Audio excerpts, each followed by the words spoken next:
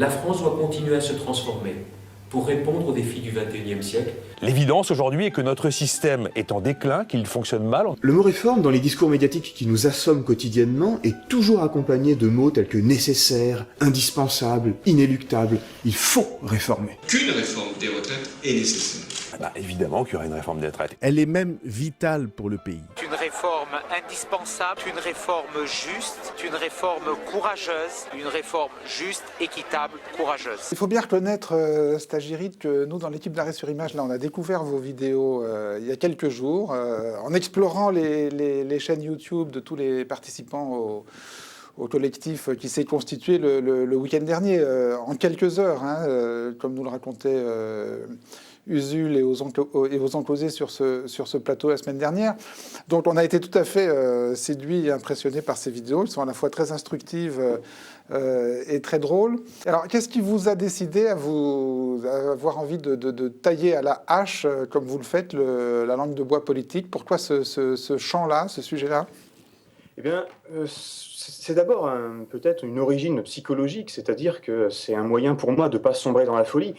Entendre tous les jours, de plateau en plateau, d'article en article, les mêmes éléments de langage répétés sans aucune réflexion critique, les mêmes appels à ne pas réfléchir, la même langue, la même rhétorique politico-médiatique qui écrase toute pensée.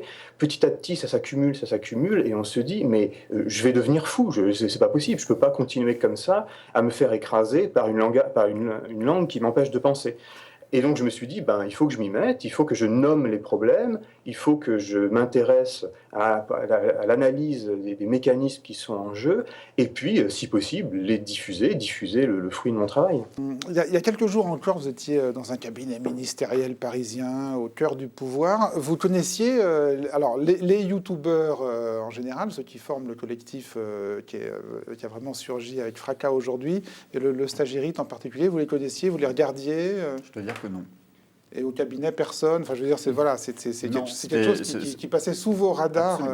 Je le confesse. Ce qui est un triste constat en réalité. Pardon ? Ce qui est un triste constat en réalité. Ce qui est effectivement probablement un triste constat, mais qui est aussi une manière moi, je l'ai vécu effectivement au quotidien, c'est-à-dire que la production d'éléments de langage en permanence pour un parlementaire, pour une députée, pour n'importe qui dans le personnel politique, c'est une pratique évidemment courante.